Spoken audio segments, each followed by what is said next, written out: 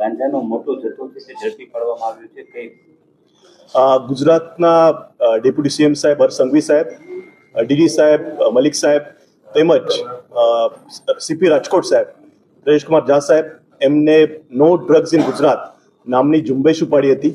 એના ભાગરૂપે Rajkot city SOG branch દ્વારા 1.5 કરોડનો આશરે 205 કિલો ગાંજો બાવનબોર પાસેથી પકડી પાડ્યું છે અને એક મોટી સફળતા રાજકોટ સિટી એસઓજીને મળી છે. લગભગ 30-40 વર્ષના ઇતિહાસમાં રાજકોટ સિટીને મોટી સિદ્ધિ 200 કિલોની હાંસલ કરી છે. તો હું રાજકોટ સિટી એસઓજી છે અને ક્રાઇમ બ્રાન્ચ છે એમને બહુ અભિનંદન આપું છું. સર, આ ગાંજો ક્યાંથી આવતો હતો, કઈ રીતે ડિલિવરી કરવાની, આરોપી કોણ? ગાંજો જે છે એ ઓરિસ્સાથી આવતો હતો.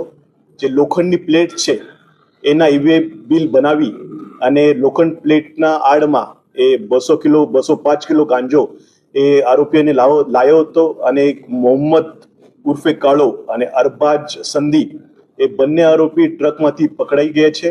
અને બે જે આરોપી છે રમીઝ અને અમિત ઉર્ફે ગોરખો એ બંને આરોપી પકડવાના બાકી છે અને એસઓજીની ટીમ એમના પાછળ લાગી ગઈ છે અને ટૂંક સમયમાં એ બંને આરોપીને પણ પકડી પાડવામાં આવશે. સર, આ ગાંજાની ડિલિવરી ક્યાં કરવાની હતી ને સૌરાષ્ટ્રમાં ક્યાં વેચાણ થતું અને કેટલા ટાઈમથી આવતું? એ ગાંજાની ડિલિવરી આખા સૌરાષ્ટ્રમાં થવાની હતી. 205 કિલો આવ્યું એના પાછળ લગભગ 25 થી 30 દિવસની મહેનત એસઓજી ટીમની છે અને અલગ અલગ જગ્યાએ કટિંગ કરી જે સરકારી ખરાબા છે એમાં કટિંગ કરીને આખા સૌરાષ્ટ્રમાં સપ્લાય કરવાનો એમનો ઈરાદો હતો. એના આગળ પણ એક વખત એ આવી ગયો તો એવું કહેવું છે. એ ઇન્વેસ્ટિગેશન ચાલુ છે અને ઇન્વેસ્ટિગેશન પછી આખી ખબર પડશે. જે સૌરાષ્ટ્રના જે અલગ અલગ સપ્લાય કરવાના હતા અને જે ઓરિસ્સાના જે મૂળ જેના પાસેથી માલ લીધો હતો એમની પણ ઇન્વેસ્ટિગેશન ચાલુ છે અને એના નામ ખુલેથી આપને જાણ કરવામાં આવશે. છૂટક ઘણા સમયથી એ લોકો કરતા હતા પણ જથ્થાબંધ માલ એમને શરૂ કર્યું હતું અને મને લાગે છે બીજી ખેપમાં જે પકડાઈ ગયા હતા.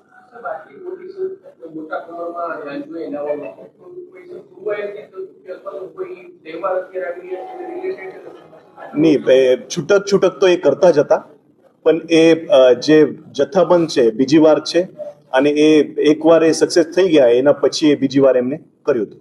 જેમના નામ ખુલ્યા છે, જેમને આ ગાંજાનો જથ્થો મંગાવ્યો હતો, એ કોણ છે? એનો કોઈ ગુનાહિત ઇતિહાસ છે આમાં? જે બે જે મોહમ્મદ છે એનો એ મોહમ્મદ અરબાજ જે પકડાઈ ગયા છે એમનો પણ ગુનાહિત ઇતિહાસ છે અને જે બીજા છે રમીજ અને અમિત એમનો પણ ગુનાહિત ઇતિહાસ છે. અને એ જે અમિત એવી ખબર પડી છે કે જો અમિત છે એ ઓરિસ્સામાં રહી જ ત્યાં જ મોટો ગાંજાનો વ્યાપાર કરે છે અને ત્યાં જ રહે છે. સર, આવી રીતે સરકારી ખરાબાનો જે રીતે ઉપયોગ થઈ રહ્યો છે એની સામે કોર્પોરેશનની હારે રહી અને આવી જગ્યાઓ પર બિનઅધિકૃત જો કોઈ પ્રવૃત્તિ થતી હોય તો તેની ઉપર એક્શન લેવામાં આવશે ખરા? જે સરકારી ખરાબાનો ઉપયોગ થાય છે ને તો સરકારી ખરાબામાં જે અતિક્રમણ થાય છે એના ઉપર જે એક્શન ચાલુ જ છે. અને જે તમે જોયું હશે કે જંગલેશ્વર જે રીતે ડિમોલિશન કર્યું એવી રીતે કોઈ ઇલીગલ કન્સ્ટ્રક્શન હશે તો એ પણ આગળના સમયમાં કાર્યવાહી કરવામાં આવશે. શાળા કોલેજના વિદ્યાર્થીઓ ગાંજાનું દૂષણનો ભોગ બનતા હોય છે, તો શું આપનો મેસેજ રહેશે ને ડ્રાઈવ વધારશો શાળા કોલેજમાં? શાળા કોલેજમાં લગભગ અમારે એસઓજી ટીમ અવેરનેસનો પ્રોગ્રામ લગભગ આ વર્ષમાં 700 થી 800 પ્રોગ્રામ અમે એનાથી વધારે પ્રોગ્રામ શાળા સ્કૂલમાં અમે કરીએ છીએ. અને એના આગળ એ આટલો બધો જથ્થો મળવાના પછી અમે એ ઝુંબેશ વધુ સક્રિય કરવાના છીએ અને વધારે સ્કૂલના સ્ટુડન્ટમાં અવેરનેસ આવે એવો અમારો પ્રયત્ન રહેશે. જે બે આરોપી છે એ માલ લાવનારા છે અને જે 2 આરોપી પેન્ડિંગ છે એ માલ મંગાવનારા છે. સર, કરોડોની કિંમતનો ગાંજાનો જથ્થો ઝડપી પાડ્યો છે ત્યારે આરોપીઓએ ગાંજાની ખરીદી કરવા માટે પણ પૈસાની ચૂકવણી કરી હશે. કેવી રીતે કરી હતી? આટલા રૂપિયા કેવી રીતે એમને એકઠા કર્યા હતા? શું જે આરોપીઓ છે એમના પાસેથી જે મુદ્દામાલ મળ્યો છે એમાં તો ફિલહાલ મોબાઈલ, ડ્રગ્સ અને ગાંજો જ છે. પણ જે મંગાવનારા હતા એ જે બે પકડવાના બાકી છે. અમિત જો છે એ મેન મંગાવનારો હતો એ પકડવાનું બાકી છે અને લગભગ ઓરિસ્સા રહે છે. એના પકડવા પછી એ જો ટ્રાન્ઝેક્શન છે એના પ્રત્યે ખબર પડશે.